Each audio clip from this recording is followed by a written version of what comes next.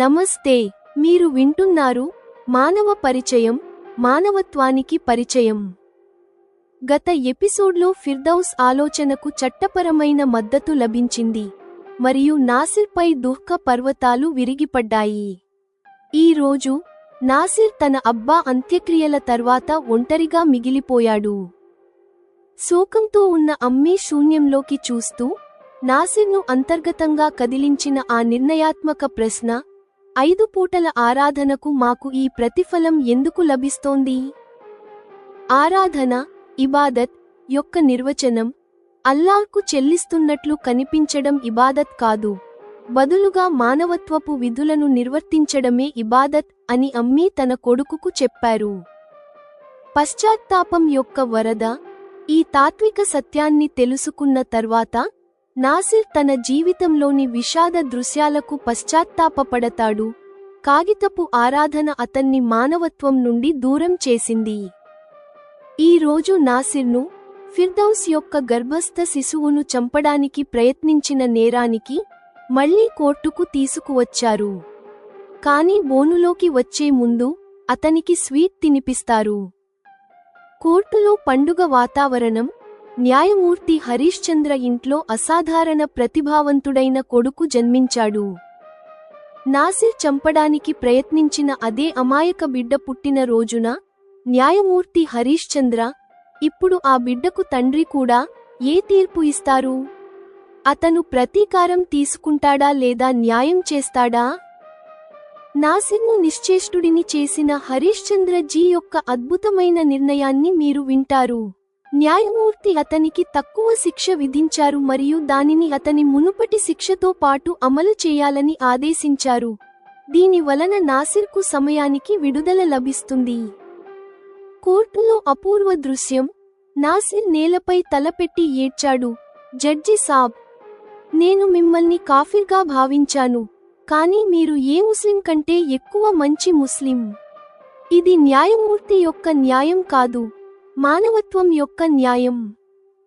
ఇక్కడ తన కొడుకు అవతరణతో సంతోషంగా ఉన్న హరీష్ చంద్ర నాసిర్ యొక్క కరుడుగట్టిన విధానం యొక్క పట్టీని తన నిర్ణయం ఎలా తొలగించిందో ఫిర్దౌస్కు చెప్పారు. ఫిర్దౌస్ తన విలక్షణ కొడుకుకు ఏ పేరు పెట్టింది? అబి మన్యు. గర్భంలోనే సంస్కారాలు మరియు జ్ఞానాన్ని తీసుకువచ్చినవాడు. ద్వేషం నుండి విముక్తుడై నిజమైన ఆరాధన మార్గాన్ని కనుగొన్న నాసిర్ యొక్క పతనం మరియు ప్రేమ, న్యాయం మరియు జీవిత తత్వశాస్త్రం యొక్క విజయం, మానవ పరిచయం యొక్క ఈ నిర్ణయాత్మక ఎపిసోడ్లో వినండి. మీరు వింటారు మానవత్వం యొక్క న్యాయం మరియు అబి మన్యు అవతరణ. నాసిర్ యొక్క అబ్బా అంత్యక్రియల తర్వాత అతన్ని తిరిగి లాకప్కు తీసుకురావడానికి ముందు అతని ఇంటికి తీసుకువెళ్లారు. అమ్మీ యొక్క నిర్జీవమైన కళ్ళు చూసి అతను తీవ్రంగా బాధపడ్డాడు. ఆమెను ఓదార్చుతూ అతను అమ్మీని కౌగిలించుకున్నాడు.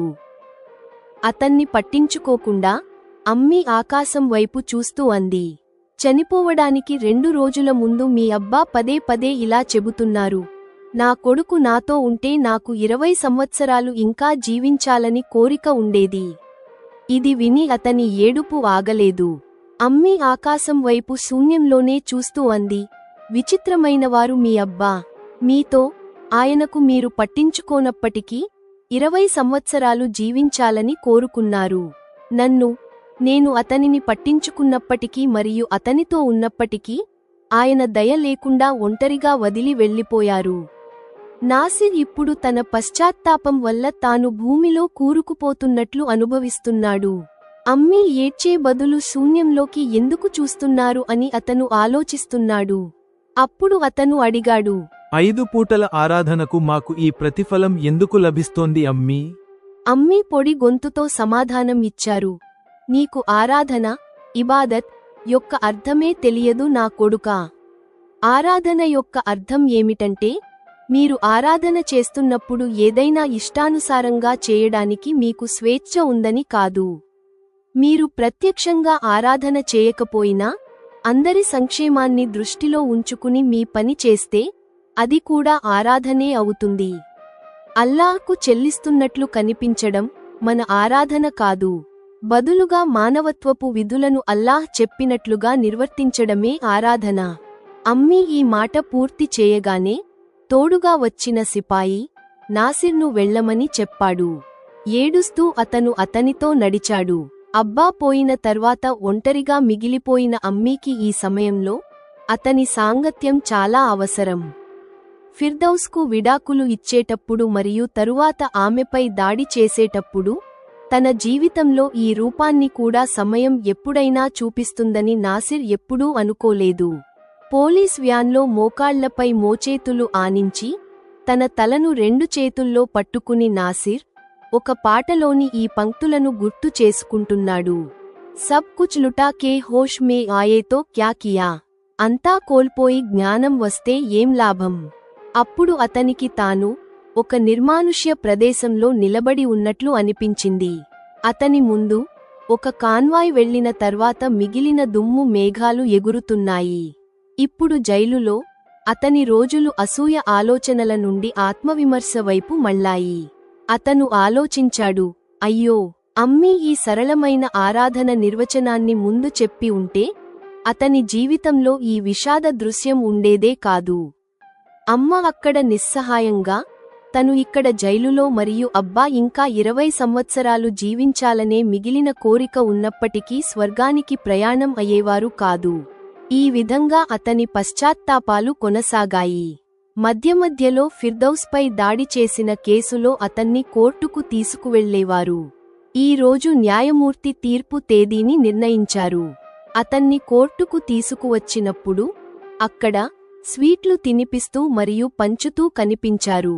మిల్క్ కేక్ యొక్క ఒక పెట్టె ఒక ముక్క తీసుకోవడానికి అతని వైపు కూడా అందించబడింది. అప్పుడు అతని ప్రశ్నార్థకమైన చూపును గ్రహించిన స్వీట్ తినిపించే వ్యక్తి అతనికి చెప్పాడు, నిన్న రాత్రి జడ్జి హరీశ్చంద్ర జీ యొక్క కొడుకు, వారి న్యాయవాది భార్య ఫిర్దౌస్ గర్భం నుండి జన్మించారు.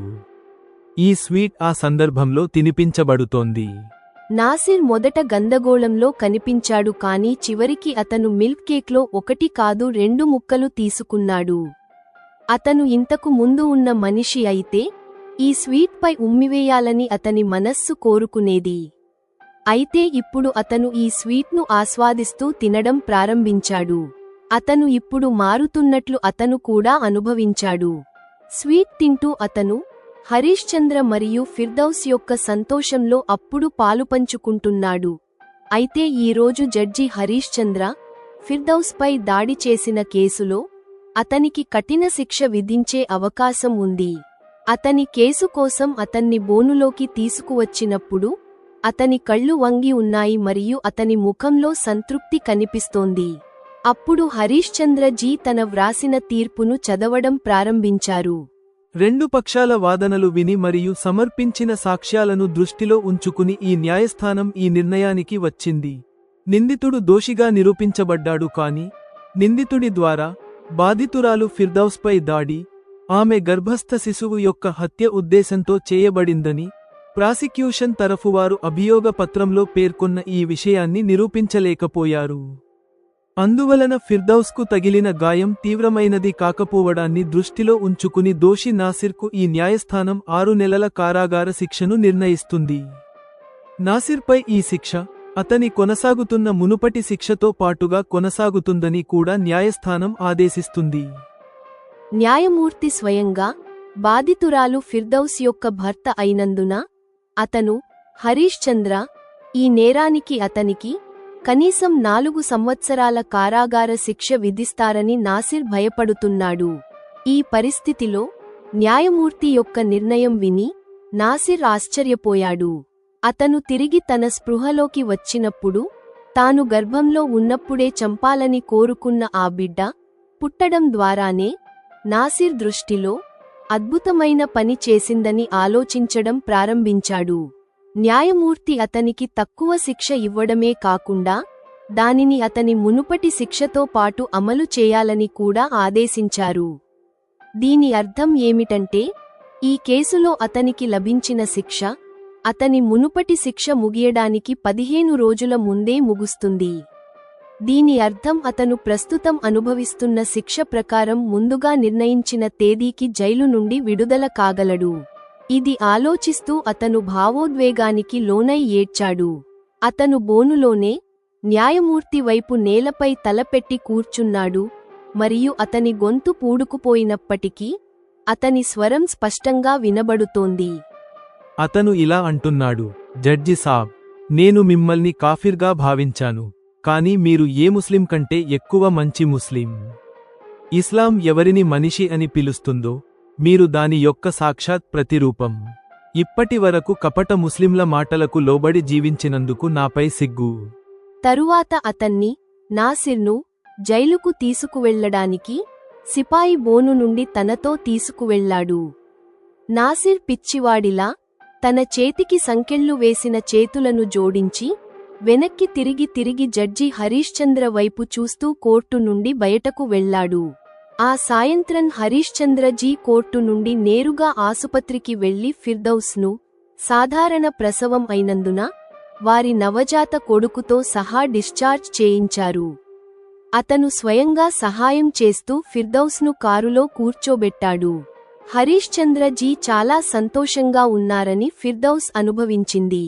కారు బయలుదేరినప్పుడు ఫిర్దౌస్ అంది, మీరు ఈ రోజు మన కొడుకు అవతరణతో చాలా సంతోషంగా కనిపిస్తున్నారు. హరీశ్చంద్ర అన్నారు, అవును, ఈ కారణంగా ఈ రోజు ప్రత్యేకమైనది, కానీ నా సంతోషాన్ని రెట్టింపు చేసిన మరో కారణం ఉంది.